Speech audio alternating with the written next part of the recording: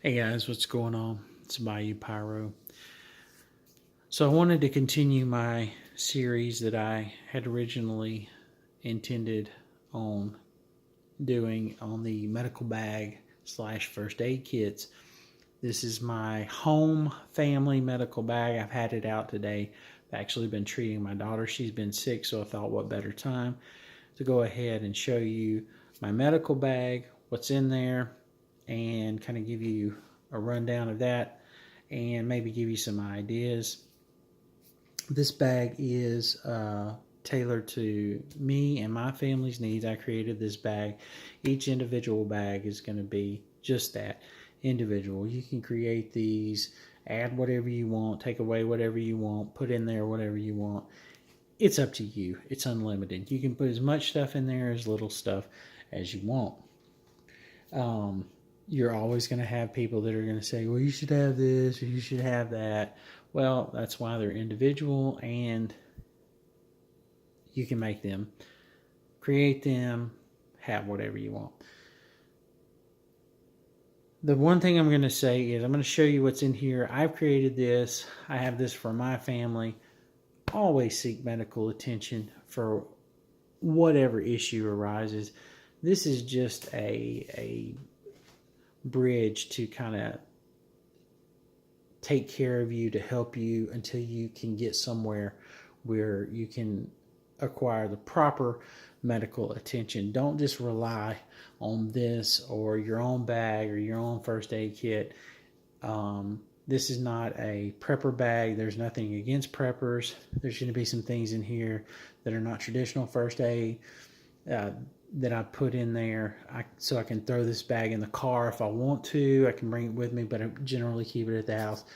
Nothing against preppers, nothing against anybody, but that's not this type of bag. Always seek proper medical attention. This is, like I said, this is just to kind of get you through that stage until you can get there. It's a first aid medical bag. So that being said, kind of want to show you what it is. Now, I've taken this, this is a shoulder strap that came with the bag. I've taken it off so it can have better access to these side pockets, which you'll see in just a minute. This is actually the Lightning X bag. I bought this off of, I think, Amazon. It came with some first aid stuff, items, some things that came with the bag. I've actually added quite a bit of stuff to it. I think I've kept most of the original stuff in here, but I've just added stuff to it. So I'm going to go over that real quick.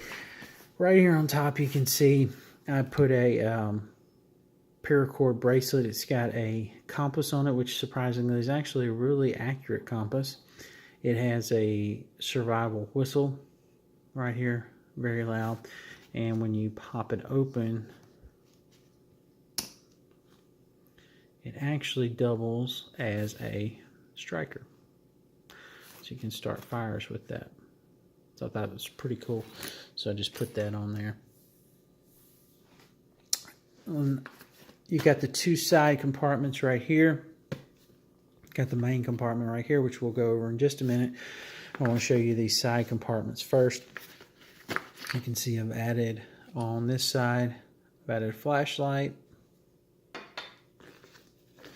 And then I've put in a couple of chargers for your cell phones. Mainly for your cell phones, for your iPads as well, but mainly for your cell phones. I've also got a pulse oximeter. It checks pulse ox, oxygen saturation, as well as your heart rate, so you can kind of see those in there. I've got a multi-tool right there. And I've got a blood pressure cuff, also known as a sphygmomanometer. I have the stethoscope in the main compartment to go with that, just because it wouldn't fit. Now, over on this side, I've got, this is basically a hydration slash electrolyte packet. You can see this is actually what I've been accessing today. I've got several different things. I've got water purification tablets. I've got some oral IV. And then I've got several food items. And these are mainly for my daughter. These are to help keep her blood sugar up. And she has a problem with hypoglycemia. Especially when she gets sick, which she has been right now. And then I've got several different types of glucose. Raise your glucose. It just depends on what she's in the mood for, if it's grape, strawberry, or orange. And I've got a packet of Pedialyte, which you can add to a bottle of water, which I have right here. So this is kind of an electrolyte hydration replenishment. I try to keep that in that side pocket right there. So you can kind of see what I've got right there in those. So what I'm going to do, I'm going to go ahead and pack that back in there. Then we'll open up that main compartment and I'll show you what's in there. Okay, so I've got those items stored back in the bag. I've got them placed in their proper places. We'll go ahead and open up the main compartment right here. You get these two buckles right here on the front, which we'll go ahead and undo. And then this top just latches and comes open. You can see right here, I've got these OPAs, oral pharyngeal airways. They came with the bag. I haven't taken them off. I don't generally use those. I'm trained to use them. However, it's one of those things. It's kind of invasive. You have to know what you're doing. They can be really tricky. I just didn't take them off. They're there if I need them. I try not to use them if at all possible, which I'll try to talk about in another video. But they're there. I just didn't take them away. So I'll open up the bag here and you can kind of see what I've tried to do is divide up the bag. The left side of the bag is generally medications and things of that nature. The right side of the bag is mostly gauze and bandaging and things like that. So we'll start right here. You can see right here on the top I've got about 4 pairs of nitrile gloves. Every first aid kit should have those. Right here on the left front, I've got, we'll do the medication side first. I've got some medications. This is mostly, I've got this put here. This is for stomach. This is Tums, Pepto. This is an electrolyte replacement, antacids, things like that are in this bag right here. I've got several different, packets here. I've got Benadryl, Imodium, and Meclizine, which is an anti-nausea, anti-vertigo, anti-nausea medicine. I've got nose spray, got eye drops, eye wash, aspirin. I've got baby aspirin for cardiac issues. I've got these 325s. I'll probably replace these 325s with baby aspirin just because they're easier to chew. We generally don't use a whole lot of aspirin or take a whole lot of aspirin around here. I've got pain relief. This is naproxen sodium. It's also known as Aleve. Down in the bottom there is Tylenol and ibuprofen. I've got an antifungal, which I'm going to tell you if you've ever had a fungus, whether it be in your genital area or on your feet, that's no laughing matter.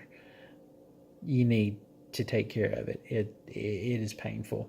So included that. In here, I've also got anti-itch cream, Benadryl. I've got triple antibiotic ointment. I've got Oragel, which is benzocaine. It's kind of a deadening. It is a deadening. You generally use it for your mouth, but you can also use it topical too. Got hydrocortisone, and I've got petroleum jelly. The petroleum jelly, it acts. It can double as a like a chapstick. It can also work in a survival type atmosphere where if you need to put it on gauze or cotton swabs, it will burn. You can use it to start a fire. It burns for quite a while. So we're going to put that back in there. Got a few things right here. I've got a pen light. I've got a temporal artery thermometer. I've got a set of tweezers. These are double tweezers. They have the broad head on the one end and the fine head on the other. I thought those were pretty neat. I replaced the cheapo tweezers that they've got in here. Got a set of hemostats, a set of bandage shears and bandage scissors, and a set of trauma shears. Moving to the back here, I have a chlorhexidine scrub, which is a antibacterial scrub. Now, one thing you'll notice, I don't have any rubbing alcohol in here. I don't have any hydrogen peroxide. You don't need any of that. A lot of people say, use that to disinfect wounds and to wash wounds out. That crap hurts. It burns. It's not really necessary. Maybe rubbing alcohol, hydrogen peroxide. No. What you really need is this right here. Normal saline or plain old water. I got a 500 ml bottle of that. This will wash out anything. You can use this soap and water. That's going to be your best bet. It's going to be the least painful bet until you can get to proper medical care. You don't need any of that other stuff. Just wash it out with plain old soap and water, or just normal saline if you have it. I do have some betadine here. I would not use this full strength. I would dilute this down and use that. You can use it full strength. It will tend to burn as well. It's not quite as harsh as alcohol and hydrogen peroxide, but I would use it sparingly, and like I say, I would dilute it down. Hibiclens, which is CHG, or chlorhexidine, which was in the scrub.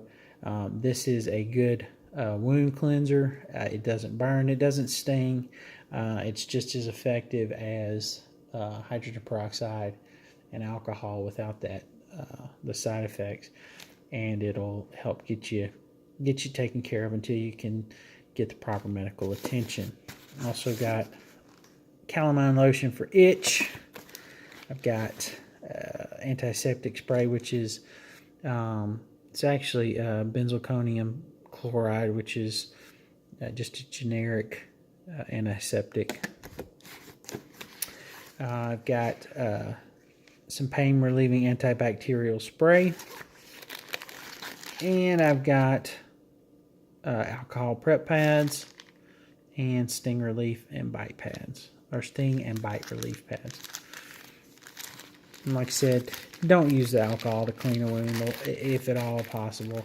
I know a lot of people say that and they use that to clean wounds.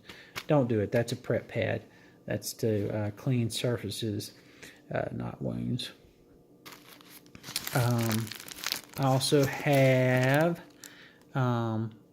Calogel for itch and pain.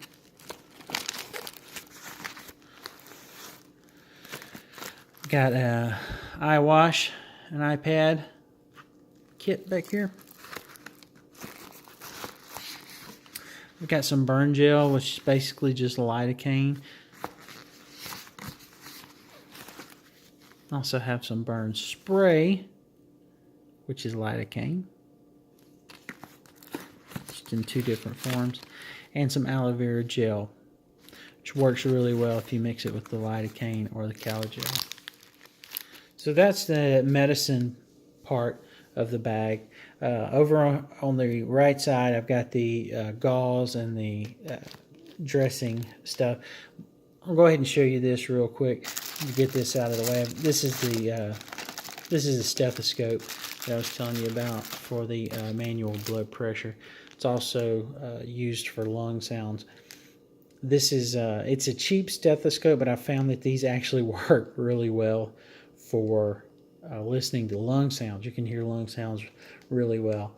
You don't have to have an expensive stethoscope to listen to that. You don't need to listen to heart tones and all that. You don't have to spend a lot of money on that. You just need to hear if somebody's breathing or not, and these do the job. So over on this side, starting in the front, I've got several different types of tape. I've got Transpore, Durapore, and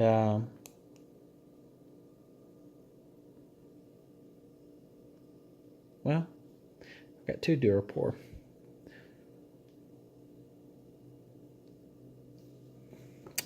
And I've got an elastic bandage. It's self-closing. It doesn't have the clips on it. It just attaches to itself once you wrap it around. I've got Coban adhesive bandage. Got a couple of different self-adherent bandages. 2 of those down there. Finger splint, triangular bandage, and Q-tips. I want to take all this stuff out because I don't want this video to get too long. And right here in the top, this is the gauze section. I've got some Kleenex, some tissues. You never know when you need those. Probably need these more than you would need just about anything in this kit. For a runny nose, wiping things up. It's a handy little thing to have. I've got 4x4 gauze, non-stick, non-adherent pads. I've got Tegaderm.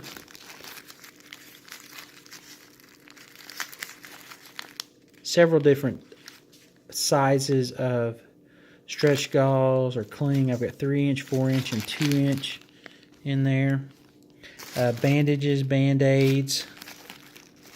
I've got steri strips, large Band-Aids. I also have these hemostatic. These are 1x1. These are small. These are for smaller bleeds in this little bag right here. And I've just got some tongue depressors and wooden Q-tips. Now, you can use these for splints. I also hear people talking about bite sticks. Don't use a bite for seizures. I'll try to go into this in another video. Don't use bite sticks. That's not what those are for. Those are actually used to open mouths for oropharyngeal fairways and advanced airways. Those are not, you do not stick anything in anybody's mouth that's having a seizure. That's to actually open mouths for advanced airway insertion. Don't get me on my soapbox. That's a completely different issue. Like I said, I'll try to go into that in another video. I've got a couple of, back here, I've got a couple of chem lights, glow sticks. Always handy to have in addition to your light, flashlight. Got just a couple of saline, normal saline flushes. Got a bag valve mask, CPR mask.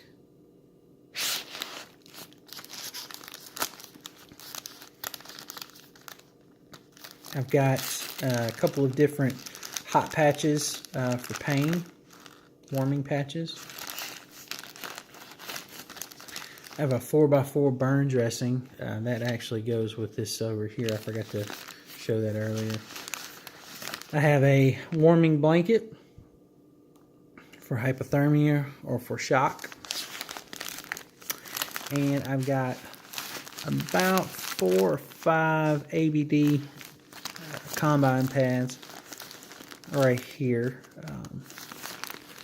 for more heavy bleeding. I've got about two instant cold packs. I've got a heating pack, and I've got some athletic K-tape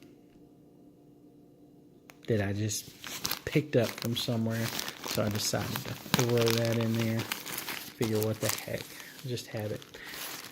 So that's my bag. That's my medical bag, my home bag. I generally keep that right here. We don't really have a medicine cabinet, a traditional medicine cabinet. I usually just get whatever I need out of here.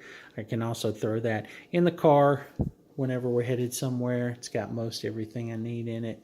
I've got a first aid kit and a trauma kit, which hopefully will show in another video, and kind of show you what's in those. This is my medical bag, and just wanted to kind of give you an overview of that, show you what's in there, maybe give you some ideas.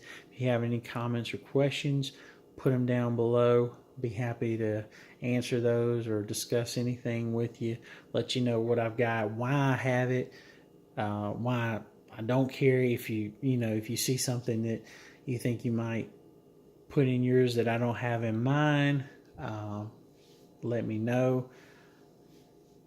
Like I said, this is mainly tailored to my family and their needs. Like I say, each one's going to be individual, and that's the beauty of these medical kits and these medical bags. So hope you've enjoyed this video. Hopefully maybe sparked a little interest or given you a few ideas. Like I said, leave a comment or question down below.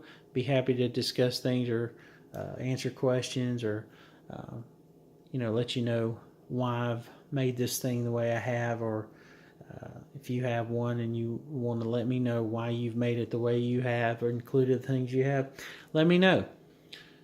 Thanks for watching. It's a Bayou Pyro. We'll catch you on the flip side.